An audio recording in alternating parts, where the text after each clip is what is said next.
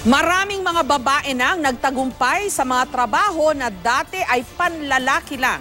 Kabilang na riyan ang kauna-unahang babaeng pilot in command ng mga modernong military aircraft ng Philippine Air Force. Kilalanin siya sa report ni Marisol Abduraman. Siya si Major Geraldine Machenzo ng Philippine Air Force, pero hindi siya basta-bastang piloto. Si Major Machenzo ang kauna-unahang babaeng pilot and command ng Fokker F-27 at C-295M Airbus military aircraft ng Philippine Air Force. Paano nga ba siya nakikipagsabayan sa larangang halos mga lalaki ang kabilang? Kaya kong gampanan lahat ng duties na yon. Kung paano gampanan ng lalaki, ganun ko rin siya ginagampanan.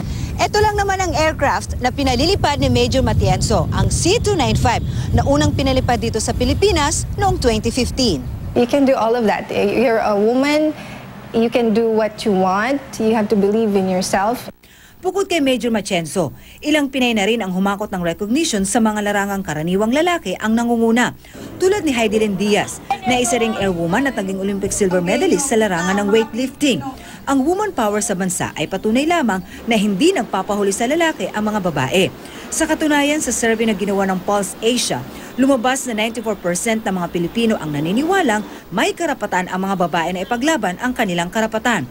41% naman ng mga Pinoy ang naniniwalang pantay lang ang babae sa lalaki. 33% naman ang naniniwalang may gender inequality pa rin sa bansa.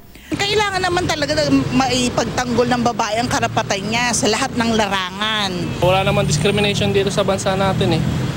Kaya pantay-pantay lang lahat. Nanindigan naman ang palasyo na hindi disadvantage ang mga babae sa bansa taliwas sa lumabas sa survey. The Philippines, by nature, seems to have really established gender equality. So it's a safe place to be a woman in the Philippines. Marisol Abduraman, GMA News.